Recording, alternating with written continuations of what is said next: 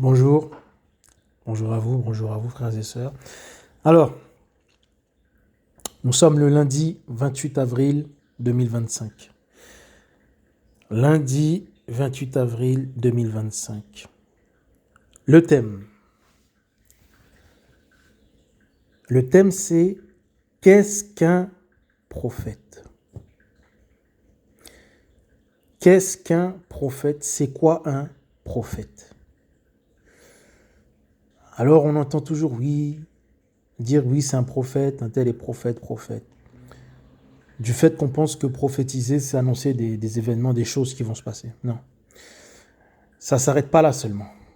Être un prophète, ce n'est pas seulement annoncer des événements. Et on va prendre quelques passages, on va comprendre. On va aller en Jérémie 1, verset 5.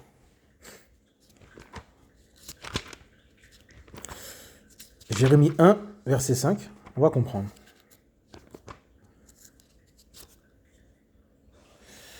Le livre de Jérémie. Alors.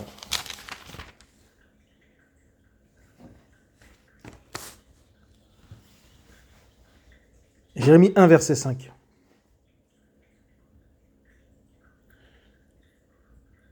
Avant que je t'ai formé, dans le ventre, je te connaissais. Et avant que tu sois sorti de la matrice, je t'avais consacré, je t'avais établi prophète pour les nations.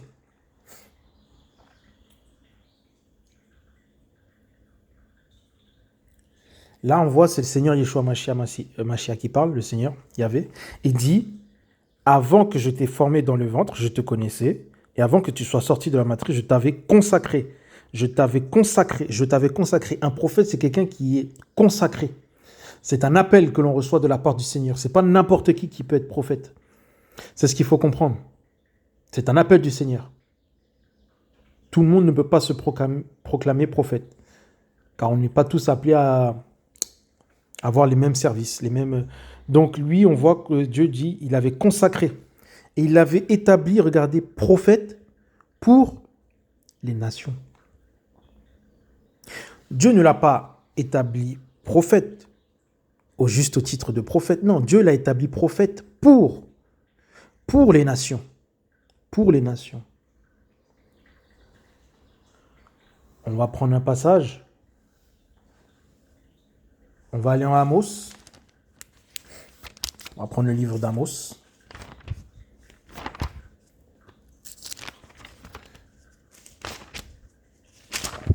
Le livre d'Amos. On va lire en...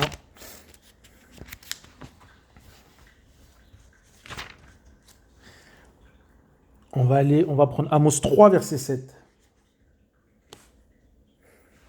Amos 3, verset 7. On va lire, on va comprendre. Car Adonai, Yahvé, ne fait rien.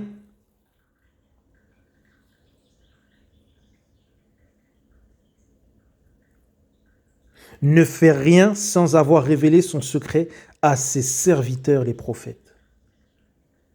Ok, il n'a pas dit à ses pasteurs, il n'a pas dit à ses évangélistes, ou à ses docteurs, ou à ses missionnaires, il a dit, car Adonai Yahvé ne fait rien sans avoir révélé son secret à ses serviteurs, les prophètes.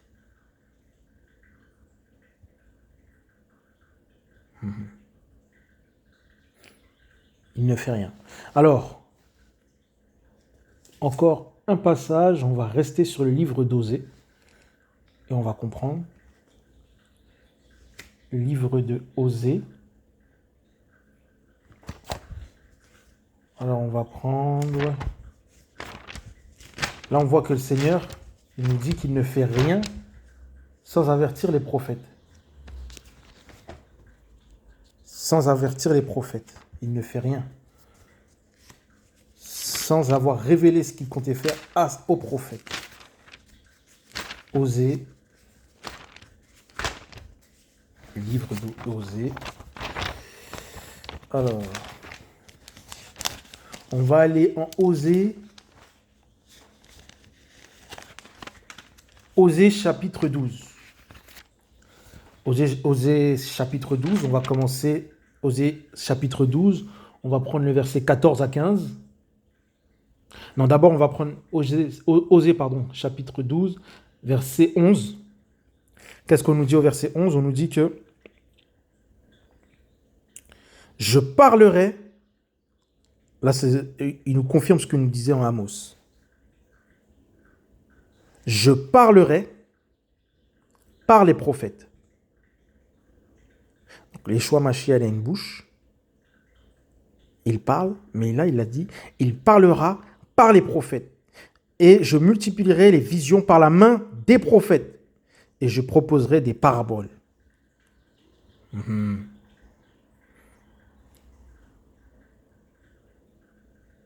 Osée 12, versets 14 à 15.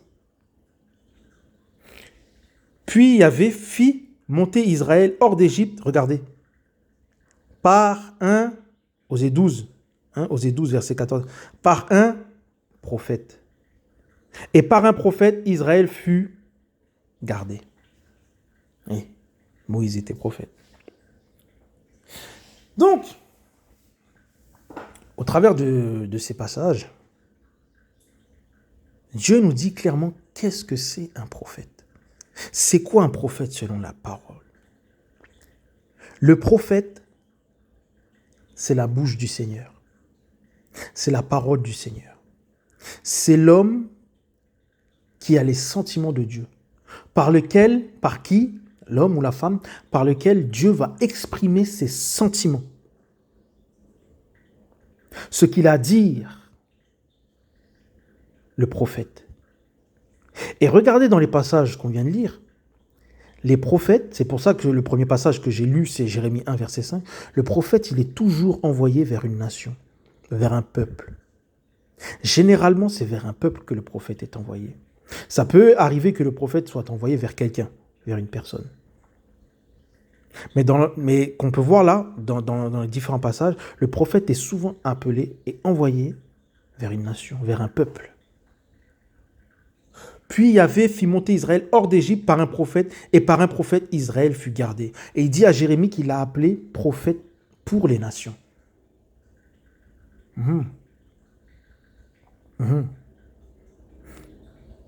Un prophète, c'est la parole de Dieu, c'est la bouche, c'est le Seigneur qui parle même. Lorsque Dieu envoie un prophète dans ta vie, sache que c'est Dieu qui te parle.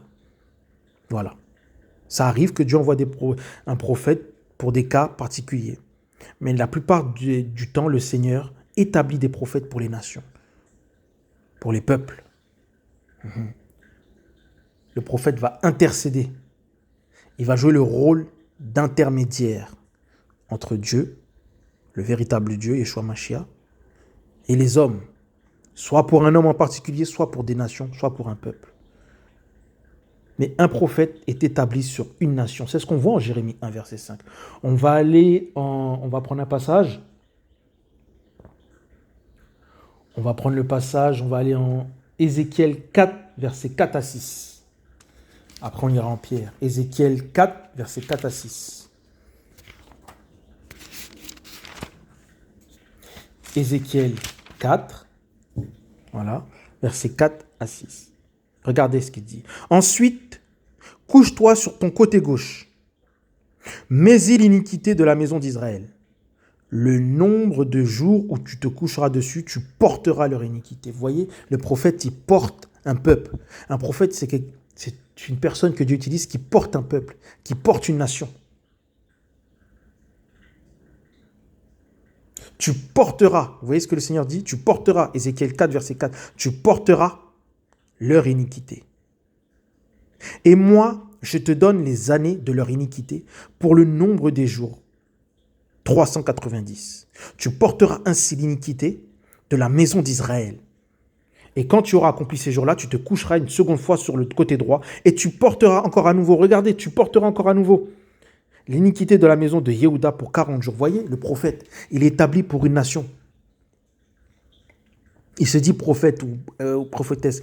Pour quelle nation, pour quel pays, quel peuple, vers quel pays elle a été envoyée? Sur quel pays elle a été envoyée? Sur quel pays il ou elle a été envoyé, il a été établi. Donc c'est ça un prophète, c'est ce qu'il faut comprendre. L'intermédiaire entre Dieu et les hommes. Un homme qui est envoyé vers les nations, vers un peuple.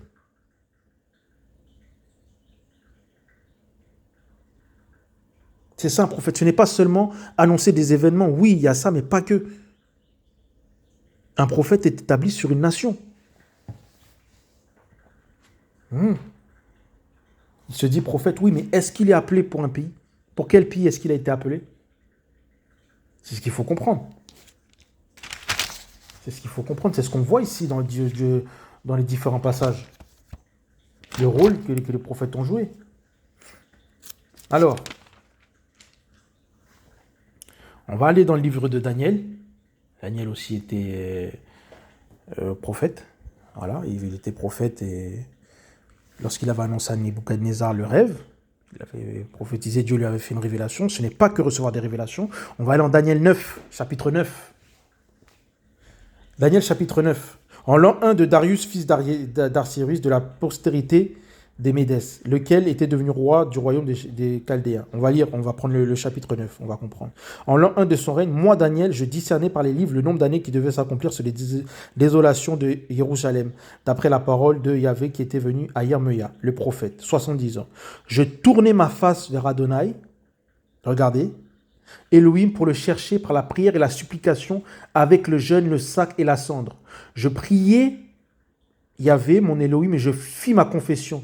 Oh, je te prie, Adonai, El Gado, et redoutable, toi qui gardes ton alliance et qui fais miséricorde à ceux qui t'aiment et qui gardent tes commandements. Regardez, nous avons péché, nous avons commis l'iniquité, nous avons agi méchamment, nous avons été rebelles, et nous nous sommes détournés de tes commandements et de tes ordonnances.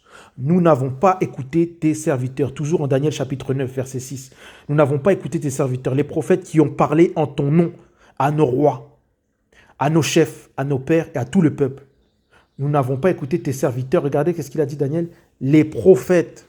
Il n'a pas dit les missionnaires ou non les gens. Il a dit les prophètes.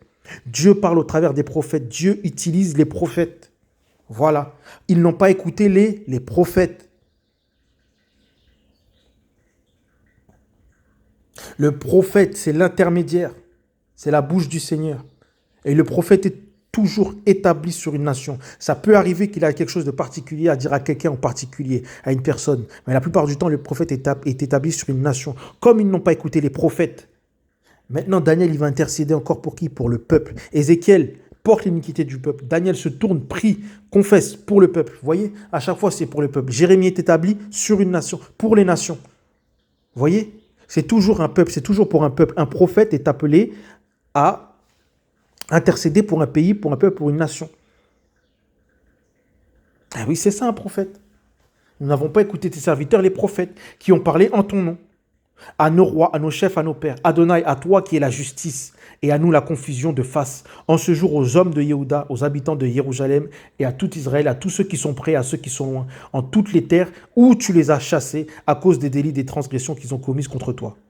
Adonai, à nous la confusion de face, à nos rois, à nos chefs et à nos pères, parce que nous avons péché contre toi. Vous voyez, Daniel intercède auprès de Dieu pour le peuple. Voilà, c'est ça un prophète. Ce n'est pas que annoncer des événements. On va prendre encore un autre passage. Il faut comprendre. Le prophète, c'est lui qui tient le peuple, c'est lui qui va agir pour le peuple. On va aller en 2 Pierre 1, verset 21 à lire. Alors, on va lire 2 Pierre 1.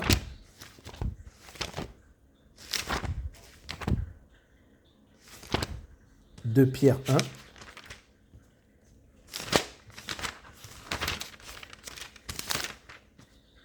De Pierre 1. On va aller au verset 21. Alors. Car la prophétie n'a jamais été autrefois apportée par la volonté humaine. Non, ce ne sont pas les hommes, mais c'est porté par le Saint-Esprit que les saints Elohim ont parlé. Ce ne sont pas les hommes qui prophétisent, c'est le Saint-Esprit, c'est le Seigneur qui parle.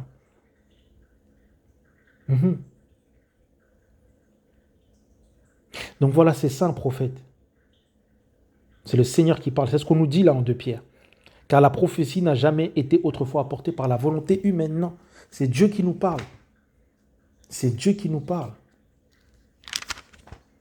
Et oui, c'est Dieu qui nous parle. Donc il faut comprendre, le prophète tient un pays. Le prophète est appelé sur une nation.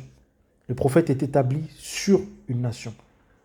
Il doit prier, intercéder pour le peuple. Il se dit prophète, regarde pour quel pays, pour quelle nation, pour quel peuple, sur lequel, pour qui il travaille, pour qui il est établi. Et être prophète, c'est être appelé à être persécuté. Ah oui. Regarde, prends la plupart des prophètes dans la Bible, ils ont été persécutés. Et oui. Donc c'est ce qu'on doit comprendre ici. On va continuer. On va prendre un passage très intéressant. Alors, on va aller en... On va prendre le livre.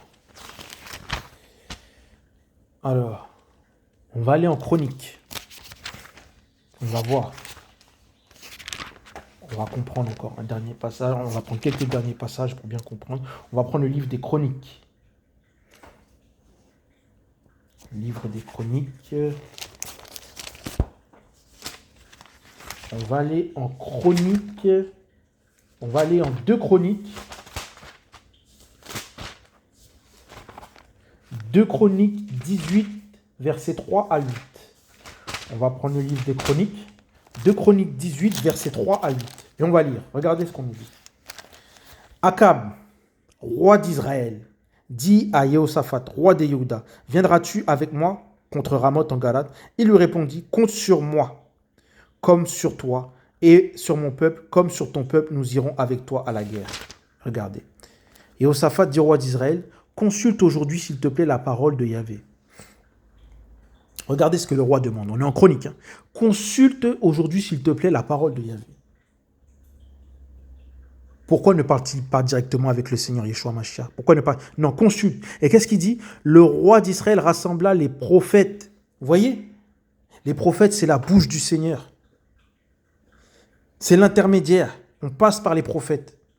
Ce sont eux qui tiennent la nation. Ils sont donc forcément appelés sur un pays, sur un peuple. Vous voyez? Le roi d'Israël rassembla les prophètes au nombre de 400 et leur dit, ici, irons-nous à la guerre contre Ramoth en Galade, ou dois-je y renoncer? Ils répondirent, monte et Elohim les livrera entre les mains du roi. Mais Jéhoshaphat, regardez ce qu'il dit, n'y a-t-il pas ici quelques prophètes de Yahvé afin que nous l'interrogions? Pour nous interrogions qui? Yahvé. Même les rois d'Israël à l'époque qui étaient pécheurs, voilà, qui servaient d'autres dieux, pour parler à Dieu, demandaient à voir les prophètes.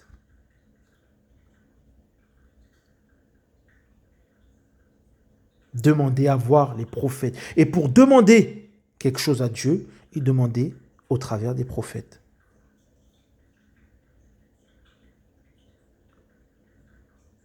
Donc les prophètes aussi tiennent une nation. La plupart du temps sont appelés vers une nation. On va prendre Lamentation. On va aller dans le livre de Lamentation. Lamentation 2. On va commencer en Lamentation 2, verset 9. Ses portes sont enfoncées dans la terre. Il a détruit et brisé les barres. Son roi et ses chefs sont parmi les nations. Il n'y a plus d'autorat. Même les prophètes ne reçoivent plus de vision, c'est-à-dire de paroles de la part du Seigneur. Lamentation 2, versets 14 à 15. Alors, tes prophètes ont eu pour toi des visions vaines et insensées. Ils n'ont pas dévoilé ton iniquité afin de détourner ta captivité. Là, c'est les lamentations de Jérémie. Ils t'ont prophétisé des oracles mensongers et trompeurs. Tous les passants claquent des paumes contre toi, ils sifflent, ils secouent leur tête. Est-ce la fille de Jérusalem en disant, est-ce ici la ville de laquelle on disait la parfaite en beauté, la joie de toute la terre?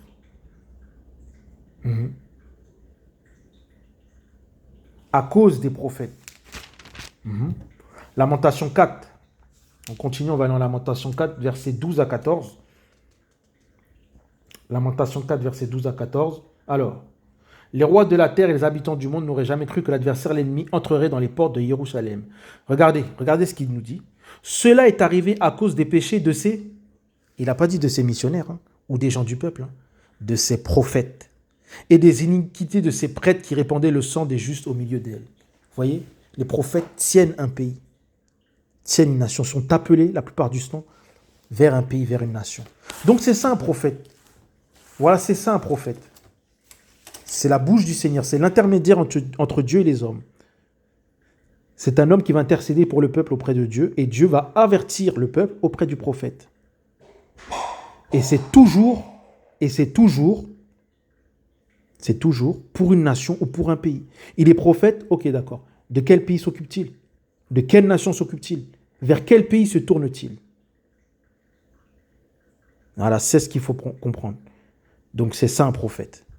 Voilà, c'était le thème d'aujourd'hui. La prochaine fois, vous saurez c'est quoi un prophète, selon la parole de Dieu. C'était le thème aujourd'hui.